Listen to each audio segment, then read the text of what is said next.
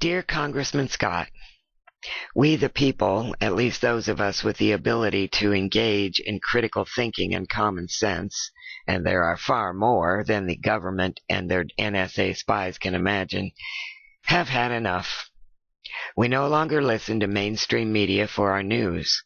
We assume, based on what we already know to be true, that the moment one of our elected so-called leaders opens their mouths in front of the cameras, they are lying. Some small lies, others on a massive scale. We watch as the hearings on the IRS scandal take place and find ourselves yelling at the screen when the obvious questions, which would reveal at least part of the truth, are not even asked. We watch the same individuals play act at righteous indignation, and others dig their heels in to oppose any connecting of the dots leading to the White House. While some, not many, are convinced Congress is trying to get at the truth, the rest of us appreciate what we're actually witnessing. An increasingly amateur sideshow designed to placate and distract. That fact cannot be missed when those appearing to be the champions of truth and the voice of the people take stands and cast votes behind the scenes on legislative measures in direct opposition to the interests of the people and this nation.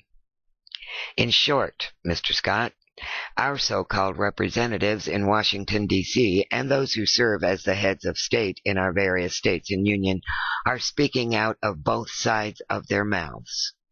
Do we think that all of you were well aware of exactly what you were getting yourselves into when we sent you there? No. But we do know that only a bona fide moron could be there since 2010 and fail to recognize the true nature of the dismally corrupt and totally controlled, multifaceted criminal cabal posing as the legitimate government of our constitutional republic. Every time one of you refer to our great nation as a democracy, we want to vomit, because we know that you know the true meaning and purpose of that word, and why it is being drummed into the heads of American citizens and the people of the rest of the world.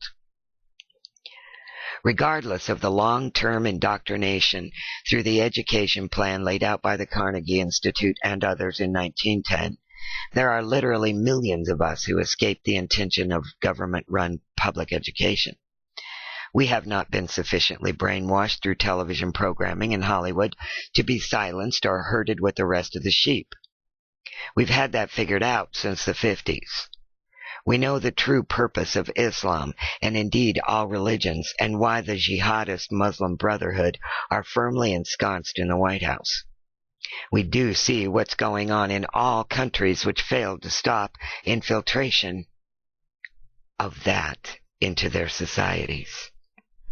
We are cognizant of a directly aimed insult to our intelligence with fake explanations for the massive number of foreign troops on our soil. We get the symbolic, sick, and twisted purpose of the displays in the Denver airport. We understand the English words and their meanings on the Georgia Guidestones. We're well aware of the reason our government refuses to close and secure our borders. We don't participate in the American healthcare system, nor will we. We don't drink the water where it's fluoridated, nor will we subject our children to mercury-laden vaccines. We are fully capable of critical thinking, research, study, common sense, and discernment. We are not fooled for a moment by the now comical antics from the halls of Congress, or the outlandishly absurd actions masquerading as constitutional decision-making in our Supreme Court. We certainly aren't fooled by the clear and present danger presented by a man whose only provided credential has been proven unequivocally to be a 100% forgery. There are many millions of us who are immune to the mind control measures used on the masses, far too many for this New World Order plan to succeed. From the Majestic 12 and Project Blue Book to Agenda 21, Rex 84, Silent Weapons for Quiet Wars, the Patriot Act, the NDAA, the NSA, DHS, CIA, and the militarization of our so-called law enforcement agencies, we remain on top of things. We know it has been many decades, if not longer, since a legitimate national election has taken place. We know this nation was doomed the moment we chose to turn a deaf ear to our founders and allowed ourselves to become a two-party system, both sides owned and operated by the same self-appointed elite criminals. We absolutely understand the completely fraudulent nature of our monetary system, based on nothing but thin air, for the purpose of enslaving the people of this country, and indeed the entire globe, by debt to the banksters, rulers for profit and control. And we are fully prepared for the day it finally collapses, as all Ponzi scams eventually do. If and when we do tune in to mainstream media, it's only to keep a constant vigil on what it is the government would rather we pay attention to, and then we continue digging, because we know that anything in the front and center on the news, repeated over and over ad nauseum, is only there to divert our attention from something far greater and infinitely more dangerous and damaging. It isn't working, Mr. Scott, and each and every day Congress doubles down on its attempts to sweep the real issues under the rug, the scandals out the door, throw the baby out with the bathwater, or perform lavish plays designed to fool the people into thinking they are serious about getting at the truth, any truth. We, the people, are only more certain that we've been had.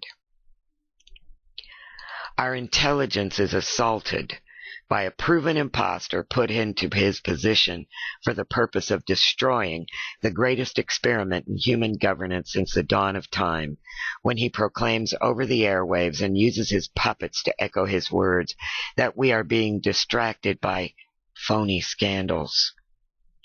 Our souls, black, white, red, and yellow, cry out in pain when we see all progress we've made as a society and a nation to view each other as equal beings and Americans, destroyed by race baiters and division profiteers like Sharpton, Jackson, and members of Congress fawning at the feet of a fraud in a suit with a golf club and a teleprompter.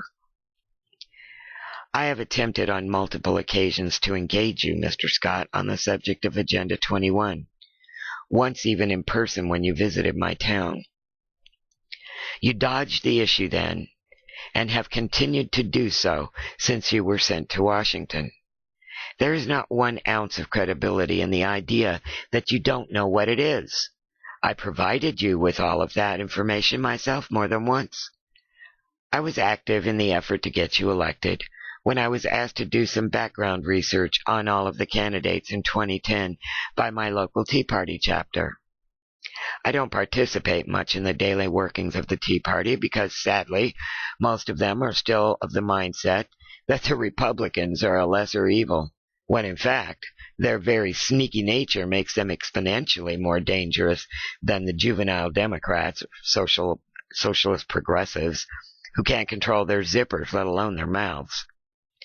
So here we are in 2013, with a collapsing economy, millions of people robbed of their homes, jobs, and livelihoods, individuals attacked by rogue cops, out-of-control government agencies, school children as young as 7 being arrested for actions they aren't even old enough yet to understand, children kidnapped into the system simply for having parents concerned enough to try to protect them from the agenda, and a so-called president who thinks he can afford himself the power to target and kill American citizens at will.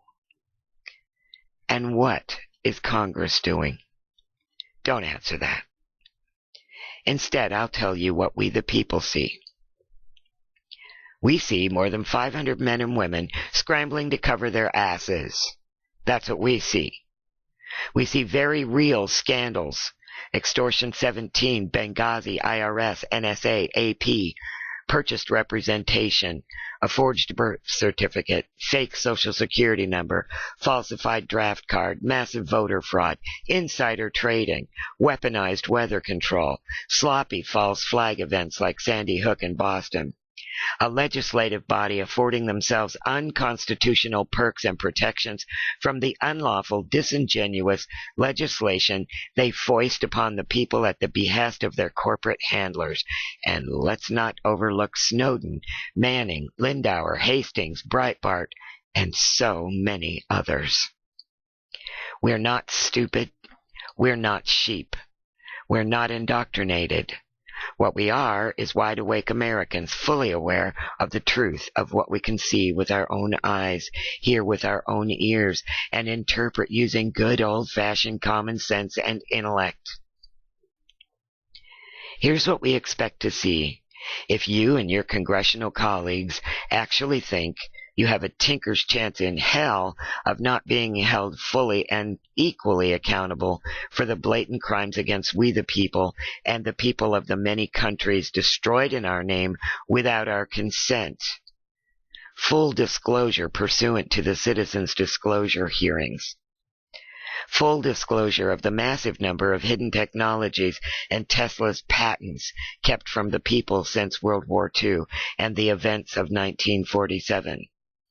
A complete and screeching halt to all transhumanism efforts. Full disclosure on who specifically gave the orders to stand down on the night of the Benghazi attacks, to include who specifically has been calling the shots on the cover-up and public narrative ever since. Who, if anybody, was killed and dumped in the ocean in an attempt to falsely give the imposter credit for killing bin Laden, a man who had been dead for quite a few years. We really are just not that stupid. Who gave the order to put SEAL Team 6 on a broken-down, refitted, unfit-for-combat Chinook helicopter after making sure the Taliban knew it was coming and sending them into a major hot zone and to their deaths? And who is giving the order to lie and threaten to the parents of those brave men who gave their lives to cover a lie? Who gave the orders to target conservative groups by the IRS? Again, we know not a single one of those groups have been contacted by any investigators since the scandal broke. Who gave the order to violate the constitutionally protected rights of the AP journalist and James Rosen? Who is giving the orders to ramp up the chemtrails, hide GMO content in food marketed to the American people, and assault our minds and body with the smart meters? That'll do for a start, and to be perfectly honest, we already know who. But until you, the members of Congress, come clean, do the jobs you were sent there to do in the way you are morally and legally obliged to do it, we will assume each and every one of you are guilty and fully complicit.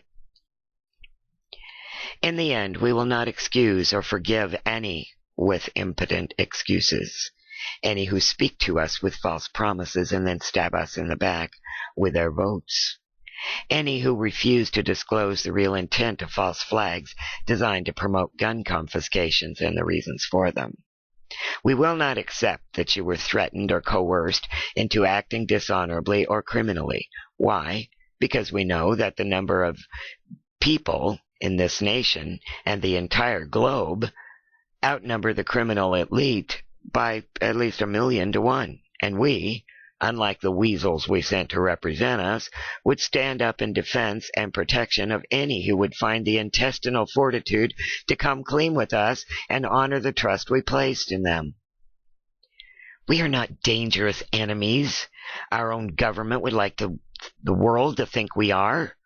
We are honorable men and women, patriots to our country, who love the values our nation was founded on and the freedom and liberty we are born with and have a God-given right to as much as the lowly groundhog. How dare you people stand by silent, or even worse, spout meaningless platitudes, while those of us still able to think are labeled by an unconstitutional entity like the Department of Homeland Security as domestic terrorists? How dare you go along with the concept of continuity of governance designed to protect the guilty and totally in opposition to the organic Constitution for the United States, while the people are victimized for the profit and power of the twisted few? Above all, since when and whose decision was it to change the word patriot into a four-letter word? All of you had better thank your lucky stars that the men and women at rest in Arlington National Cemetery cannot rise again. It's time for truth, Congressman, real truth, and nothing less will do. I'm just a grandma on a porch in southern Georgia with a talent for putting words on paper. But I speak for many millions of good, intelligent, honorable Americans who are not going to tolerate much more. Be careful what you present as truth to we the people. We know far more than we reveal at any given point in time, and we have learned the hard way how to recognize a lie, an agenda, an excuse, or propaganda. After all, we've been taught by the masters, and we are good students. We just didn't allow ourselves to buy the magic beans instead of keeping the reliable cow. We the people accept our responsibility, our portion of the blame for what we face as a nation. We know we sent you into the viper's nest, and we are ready to suffer the consequences of our apathy and utter failure to engage in our duty to those we elect to represent us by providing oversight and engaging in equal participation. That said, it is time all in Congress get the message. Either stand with the people or bow to the criminal bosses. But in the end, your butts can only be covered by open and willing confession, honorable actions, and forgiveness, which we the people are not only willing to grant, but anxiously awaiting the opportunity to bestow. As the impostor has so often said, the only people who lie are those with something to hide. If you can answer this letter with truth and honor, please do. If you can only answer this letter with hollow, repetitive platitudes, empty promises, or denials, then please afford me the respect I deserve, and don't answer at all. In closing, the one thing we the people will not do is react in the way we are being set up and expected to. We will not riot, target each other, engage in massive civil unrest, or start shooting people like ducks in a pond when the inevitable collapse finally ensues. Oh, sure, there will be mindless entitlement junkies in the inner cities who will act like the trained monkeys they've allowed themselves to become. They'll throw things, set things on fire, scream, cry, demand their freebies, and so on. The rest of the nation, the silent majority, will not engage in such juvenile behavior. We will not provide the excuse for national martial law, and we will not engage in a second civil war against each other. What we will do is use our considerable intellect, our national pride, our mutual respect for one another in times of crisis, to put our massive numbers of heads together and stand side by side as what we are, Americans, a free and independent people. The days of deceit, manipulation, and distraction by an overblown, arrogant, despicable, and fraudulent government are at an end. We are the answer.